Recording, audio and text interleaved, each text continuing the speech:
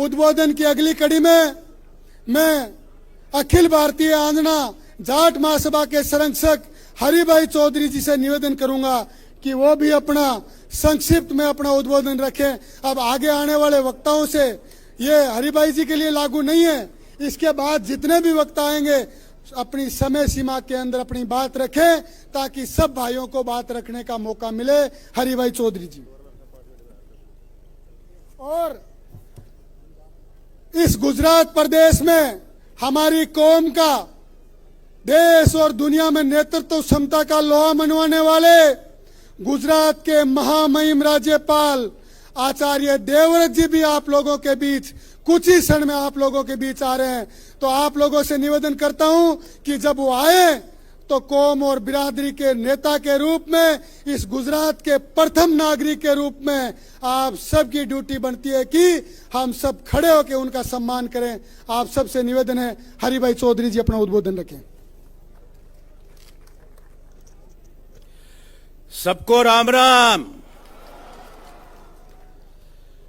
पलसानिया जी और कल्याण जी ने जो काम किया है वो अपने सामने दिखता है।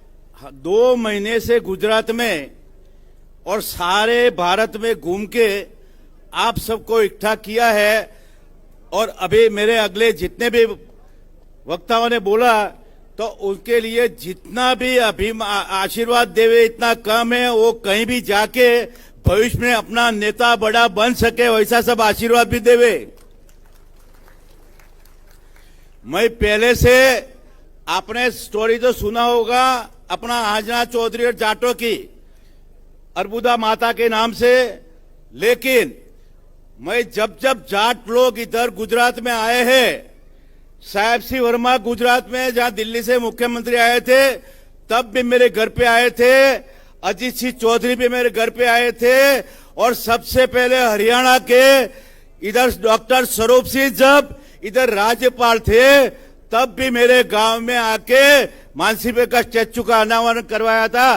तब से मैं आपसे जुड़ा हुआ, सब लोग को मैंने मेहमान बनाया है। और जब से स्वरूप सिंह साहब से निकट में आया तब अपने इधर गुजरात के जो जाट लोग थे उन्होंने कई बार मुझे मेहमान भी बनाया है और वो भी कई बार मेरे मेहमान बनाए हैं। गुजरात में ओबीसी की बात हुई 94 में छबिलास मेहता ने दिया। हम और मलिक साहब, ये मलिक साहब बैठे हो, जाटों के और आजनाओं के साथ में केंद्र सूची में ओबीसी में आवे, इसलिए 3 दिन तक वहां हियरिंग हुआ था दिल्ली में। 10/2/2014 3 दिन को हियरिंग हुआ था। कोई था हियरिंग में इधर? हम और मलिक साहब की पूरी टीम वहां लगी थी और 3 दिन तक लड़े, लेकिन national commission for backward class ने और 9 राज्यों का जाटों का रिजेक्शन कर दिया कि नहीं हो सकता है, नहीं हो सकता है, नहीं हो सकता है। तब फिर हम सब ने मिलके बलराम जाखड़ के आगेवानी में, हुंडा जी की आगेवानी में, दीपसी की आगेवानी में एक ही संसद थे और मैं बिना संसद सोनिया गांधी को मिले और उनको बोला कि आप स्पेशल लोकसभा ने उसके लिए स्पेशल जीआर करवा देवे।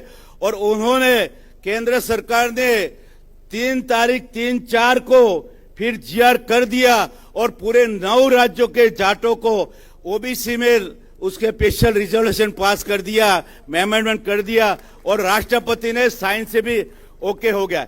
लेकिन आगे भी बोला इसी तरह अपने दुश्मन लोग बहुत हैं, सारे समाज लोग उसके पीछे पड़ गए और सुप्रीम कोर्ट में पहुंच गए। और कितने लोग सुप्रीम कोर्ट में पहुंच गए, इस सुप्रीम कोर्ट ने उसको स्टे देना पड़ा और वहां अपना विकास रुक गया। वहां से अभी तक आपने आगे नहीं बढ़ सकता है और वो लड़ाई अभी भी जारी है। अभी भी जब तक वस्ती गिनती का प्रॉब्लम सॉल्व नहीं होता है तब नेशनल कमीशन, अभी मलिक से बात हुआ था मेरे, नेशनल कमीशन भी अभी कोई काम नहीं कर रहा है, खाली वहां कुर्सी लेके बैठा हुआ है। न वस्ती तंत्र का कोई प्रॉब्लम सॉल्व नहीं हो रहा है, न ओबीसी में ऐड होना है वो भी सॉल्व नहीं हो रहा है। नेशनल कमीशन में मेरा हौजना समाज का तो ऑलरेडी रिपोर्ट भी दे दिया कि उनको ले लो, लेकिन आज तक कहीं भी गुजरात के वड़ा प्रधान है, गुजरात के गृह मंत्री है, हम कोशिश कर रहे हैं। मैं 3 दफा जीआर करके उसको भेजा है और उन्हें रिप्लाई भी दिया है कि टूंक समय में जब भी बैठेगा मेरी और ओबीसी के लिए जो भी कमेटियों बैठेगी उसमें आपका जो प्रश्न पेंडिंग है उसके हम सबसे पहले लेंगे। तो उसी टाइम पे मलिक साहब ने जो बोला, हम भी आपके आजना के साथ जाटों को भी ओबीसी मिलेगा, वो हम उसके साथ लड़ेंगे, आपके साथ लड़के। हम दिल्ली में बहुत सभा है, जाटों की जो आरक्षण की बात हुई है तब तक। तो ये जरूरत है, जो ओबीसी में नहीं मिलेगा तो अपने पीछे रहने का। न्यायपालिका में भी जो बैठे हैं वो कौन बैठे सबको मालूम है। तो अपनी ताकत जो है वो अपनी गवर्नमेंट से भी यूज करना होगा और बिजनेस भी जाना होगा। हमारे राजस्थानी आजना समाज सब लोग दक्षिण भारत में बिजनेस कर रहे हैं।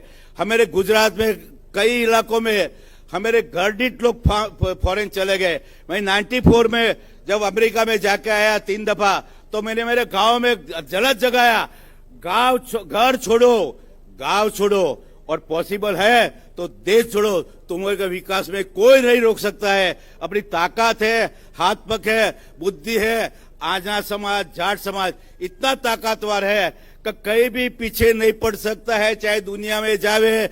अपनी जो बहनें हैं वो अमेरिका में, वहां की जो लेडीज पढ़ी लिखी है, आईएएस है, उनसे ज्यादा धंधा कर सकती है, ज्यादा ताकत कर सकती है। इसमें अपने जो ताकत है वो ताकत का मुकाबला पूरे हिंदुस्तान में कोई भी कम्युनिटी अपने साथ में लेकर चलना पड़ता है, लेकिन आपका ताकत का मुकाबला कोई नहीं कर सकता है। सबसे अपने फिजिकल भी ताकतवान है, बुद्धिमान भी है, वैज्ञानिक भी है, सरहदों पर रक्षण भी करने का काम अपन करते। तो कौन सा काम बाकी रहा अपने पास? सिर्फ अपने को ओबीसी में नहीं डाला और अपना विकास ढूंढने का जो लोग काम कर रहे हैं उसको सबक सिखाना होगा। और सबक सिखाने के लिए ऐसी ताकतवर इच्छा होगी और ऐसी मीटिंगों होती रहेगी और लड़ते रहेंगे तो जरूर अपन आगे बढ़ेंगे। और देश में इतना धंधा भी पड़ा है, इतना काम भी पड़ा है, सब लोग अपने मिल के जाएंगे तो ऐसा संगठन के माध्यम से अपन लड़ेंगे और अपना परिणाम लेंगे।